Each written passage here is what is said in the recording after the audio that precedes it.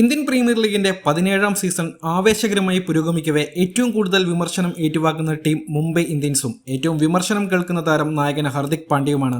രോഹിത് ശർമ്മയെ മാറ്റി ഹർദിക്കിനെ നായകനാക്കിയപ്പോൾ മുതൽ തുടങ്ങിയ പ്രശ്നങ്ങൾ ഇന്ന് ടീമിന്റെ ഹാട്രിക് തോൽവിക്ക് കാരണമായിരിക്കുകയാണ്. 17ാം സീസണിൽ ജയം നേടാത്ത ഏക ടീമെന്ന നാണക്കേടിലൂടെയാണ് ഇപ്പോൾ മുംബൈ ഇന്ത്യൻസ് കടന്നുപോകുന്നത്. ഹർദിക് പാണ്ഡ്യക്കെതിരെ വലിയ അധിക്ഷേപങ്ങളാണ് കളത്തിനകത്തും പുറത്തും ഉണ്ടായിക്കൊണ്ടിരിക്കുന്നത്. ആദ്യ മത്സരം ഗുജറാത്തിൽ കളിക്കാനിറങ്ങിയ ഹർദിക്കിനെ കൂവലോടുകൂടിയാണ് ആരാധകർ സ്വീകരിച്ചത്. സ്വന്തം തട്ടകമായ മുംബൈയിലെ വാങ്കഡെ സ്റ്റേഡിയത്തിലും ഹർദിക്കിന് കൂവൽ നേരിടേണ്ടി വന്നതോടെ കാര്യങ്ങൾ കൈവിട്ടിരിക്കുകയാണ്. രാജസ്ഥാനെതിരായ തോൽവിക്ക് പിന്നാലെ ഹർദിക് ഒറ്റപ്പെട്ട് ഡഗ്ഔട്ടിലിരിക്കുന്ന ചിത്രം നേരത്തെ സോഷ്യൽ മീഡിയയിൽ ശ്രദ്ധേയമായിരുന്നു. 7ാം തീയതി ഡൽഹിക്കെതിരായ മുംബൈയുടെ മത്സരം നടക്കാനിരിക്കെ വമ്പൻ നീക്കത്തിന് ഒരുങ്ങുകയാണ് ടീം മാനേജ്മെന്റും ഡൽഹി ക്രിക്കറ്റ് അസോസിയേഷനും. ഒരു താരത്തെ വ്യക്തിപരമായി ലക്ഷ്യം വെച്ച് അപമാനിക്കുവാൻ അനുവദിക്കില്ല എന്നാണ് ഇവരുടെ നിലപാട്.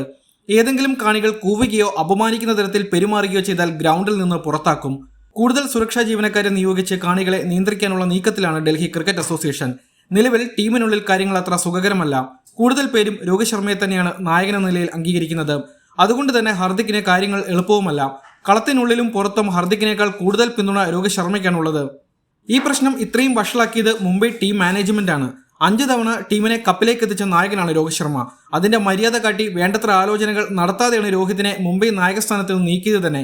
ഇതാണ് രോഹിത്തിന് അതൃപ്തി ഉണ്ടാകുവാൻ കാരണം.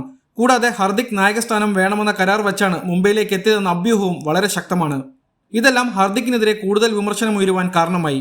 ആദ്യ മത്സരത്തിൽ രോഹിത് ശർമ്മയെ ലോങ് ഓണിൽ ഫീൽഡ് ചെയ്യിക്കാനുള്ള ഹർദിക്കിന്റെ തീരുമാനവും വലിയ വിമർശനത്തിന് ഇടയാക്കിയിരുന്നു.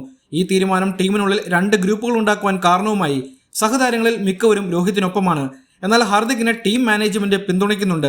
എന്തായാലും നിലവിലെ പ്രശ്നങ്ങൾക്ക് പരിഹാരം കാണുക മുംബൈക്ക് എളുപ്പമല്ല താനും.